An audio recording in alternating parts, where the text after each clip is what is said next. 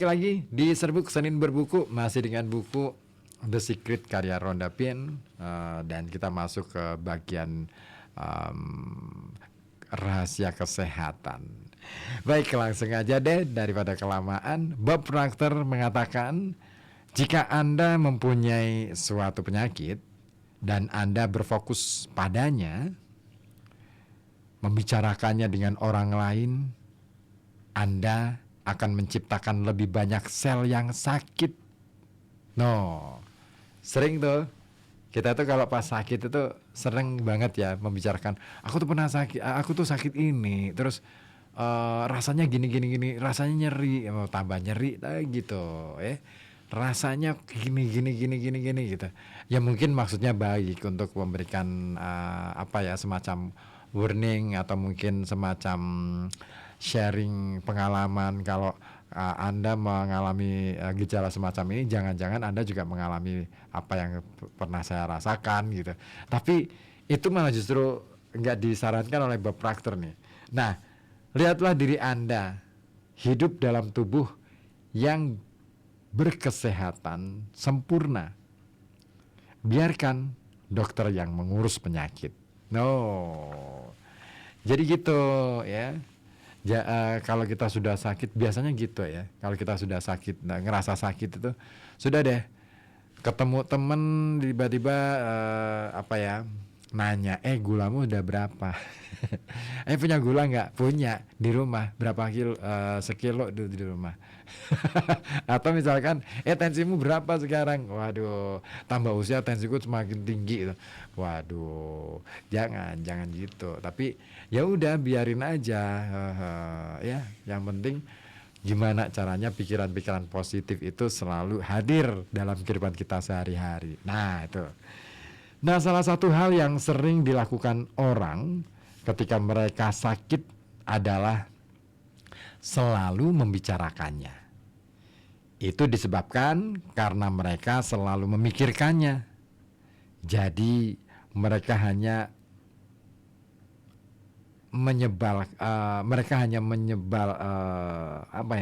memverbalkan pikiran mereka, mengujarkan pikiran-pikiran mereka gitu ya.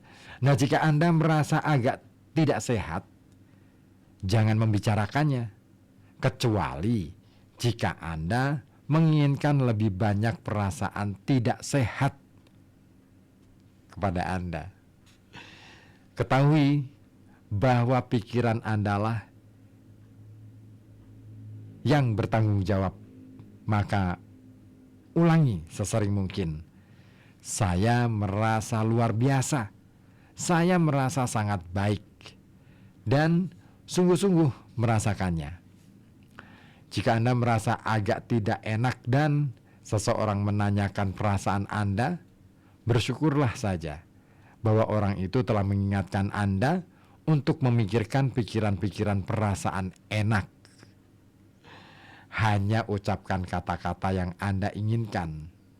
Nah, jadi kalau misalkan nih ditegur sama teman, kayaknya wajah kamu pucat sekali nih misalkan gitu ya, atau misalkan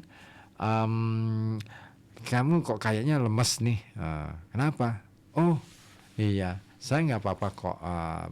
Jadi apa ya, usahakan pikiran positif itu yang akhirnya masuk ke dalam diri gitu ya. Jangan kemudian iya ya, jangan-jangan aku sakit nih, jangan-jangan. Nah, kalau sudah gitu malah menjadi-jadi tuh ya.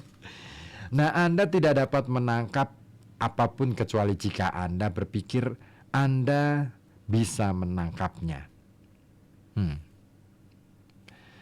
Dengan berpikir demikian, Anda mengundang sesuatu melalui pikiran Anda. Anda juga mengundang penyakit jika Anda mendengarkan orang-orang yang membicarakan penyakit mereka. Oh, gitu ya. Jadi kalau misalkan ada obrolan tentang penyakit mereka masing-masing, sebaiknya sih ya masuk telinga kanan, keluar telinga kiri aja gitu ya. Ya, empati tetap sih, kita berempati, tapi jangan kemudian akhirnya membuat gitu kita terganggu pikirannya. Biasanya gitu. Kalau ada temen nih lagi ngobrol tentang penyakitnya, iya saya juga pernah merasakan yang sama. Nah, jangan-jangan aku juga begitu. Nah, itu tambah semakin meyakinkan bahwa Anda juga sakit gitu, meyakinkan pikiran Anda semakin sakit gitu, dan tubuh Anda akhirnya dapat perintah dari pikiran itu untuk menjadi sakit. Nah, ketika Anda mendengar mana nih? Oh ini. Mana? Ketika Anda mendengarkan ketika Anda mendengarkan, Anda memberikan semua pikiran dan fokus Anda pada penyakit. Dan ketika Anda memberikan semua pikiran kepada sesuatu, Anda memintanya. Dan jelas, Anda tidak membantu mereka, Anda hanya menambah energi kepada penyakit mereka. Jika Anda sungguh-sungguh ingin membantu orang itu,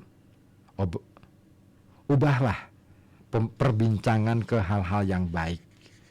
Jika keadaan memungkinkan, atau lanjutkan perjalanan Anda. Nah, gitu ya. Kalau misalkan ada nih teman kita yang lagi ngobrolin soal penyakitnya, jangan nambahin tekanan. Misalkan aku kemarin tuh kayak gini, tekanan tensiku udah sampai 160 atau 200 atau gimana gitu. Gulaku naik 400 misalnya. Terus ya tetanggaku kayak gitu. Wah, besoknya itu nambah pikiran, dan itu juga buruk juga untuk kita, karena kita juga mengiyakan itu, dan otomatis itu juga mengundang penyakit buat kita sendiri gitu. Nah, ketika Anda meninggalkannya, berikan pikiran-pikiran dan perasaan yang kuat untuk melihat orang itu sehat kembali, kemudian lepaskan. Nah, ini baru keren ya. Oke, Lisa Nichols mengatakan, katakanlah misalnya ada 2 orang, keduanya menderita sesuatu, tetapi yang satu memilih untuk berfokus pada kegembiraan. Ia memilih hidup dalam kemungkinan dan harapan, memusatkan semua alasan mengapa ia harus gembira dan bersyukur. Orang kedua, dengan diagnosis yang sama, memilih untuk berfokus pada penyakit, nyeri, dan saya terkutuk. Bob Dale menulis, ketika orang berfokus sepenuhnya pada apa yang tidak beres dan gejala-gejala, mereka akan membuatnya bertambah parah. Penyembuhan tidak akan terjadi sampai mereka mengalihkan perhatian dari sakit menjadi sehat. Karena itulah hukum tarik-menarik. Nah, mari kita sebisa mungkin mengingat bahwa setiap pikiran yang tidak menyenangkan adalah hal buruk yang benar-benar kita tempatkan pada tubuh. Dr. John Hagelin kemudian mencatat, pada dasarnya pikiran-pikiran yang lebih gembira menjuruskan ke biokimia yang lebih gembira. Tubuh yang lebih gembira dan bahagia. Telah ditunjukkan bahwa pikiran-pikiran negatif dan stres menurunkan tubuh dan fungsi otak. Karena pikiran dan emosi kita yang terus menyusun kembali, mengatur kembali, dan mencipta kembali tubuh kita. Nah, terlepas dari apa yang telah Anda wujudkan pada tubuh, Anda dapat mengubahnya di dalam dan di luar. Mulailah memikirkan pikiran-pikiran bahagia dan mulailah menjadi bahagia. Kebahagiaan adalah keberadaan diri di atas perasaan, di aras perasaan. Jari-jari Anda berada di tombol merasa bahagia. Tekanlah tombol itu saat ini juga dan terus tekan dengan kuat, terlepas dari apapun yang terjadi di sekitar Anda.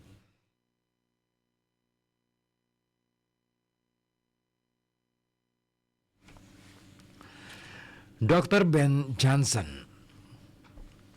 mengatakan, singkirkan stres faali dari tubuh, dan tubuh akan menjalankan apa yang sudah dirancang baginya. Ia menyembuhkan diri. Untuk menyingkirkan penyakit, Anda tidak harus memeranginya. Proses sederhana melepaskan pikiran-pikiran negatif akan membolehkan keadaan sehat alami muncul dalam diri Anda, dan tubuh Anda akan menyembuhkan dirinya sendiri. Oke deh, itu dulu ya. Dan terima kasih yang sudah hadir di live TikTok. Ada Mama Sasa, ada Ayu, siapa nih? Anggara, ada siapa lagi? Banyak banget ya. Ada Hey Ray Rosema, ada Cherry, ada Rumah Idaman, ada dari kontak Anda ya, ada Fiji ya.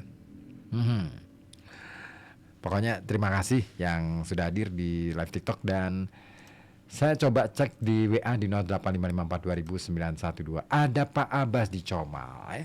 Assalamualaikum, waalaikumsalam Mas Ribut, ikutan serbuk biar tambah wawasan dan referensi ilmu. Gitu ya.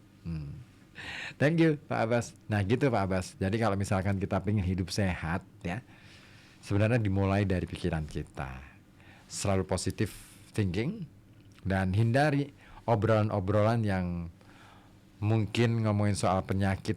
Itu sebaiknya jangan, karena itu bisa menambah pikiran kita jadi kacau, terus akhirnya membuat jangan-jangan saya juga merasakan hal yang serupa, jangan-jangan itu juga yang terjadi pada saya, dan akhirnya jangan-jangan, nah akhirnya kenyataannya jadi deh. Nah gitu ya. Kalau misalkan ada teman kita nih yang ngobrolin penyakitnya, ya dibikin ini aja, buat dia itu akhirnya berpikir secara positif, bersyukur dan menerima. Terus kemudian bahwa itu adalah penyakit, tapi bukan berarti itu yang membuat kita jadi gerak kita semakin terbatas, tapi justru disitulah kita perlu yang namanya upaya untuk menyembuhkan diri dari diri sendiri, dari dalam gitu.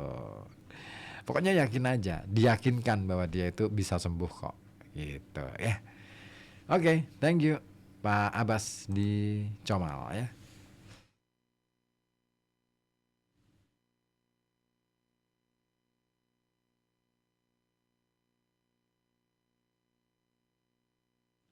Kali ini balik lagi ke lagu George Benson, Love Will Come Again, untuk Anda di kesempatan malam hari ini di Serbuk Senin Berbuku. Coba ada di sini di FM 91,2 Radio Kota Batik, News Interaktif.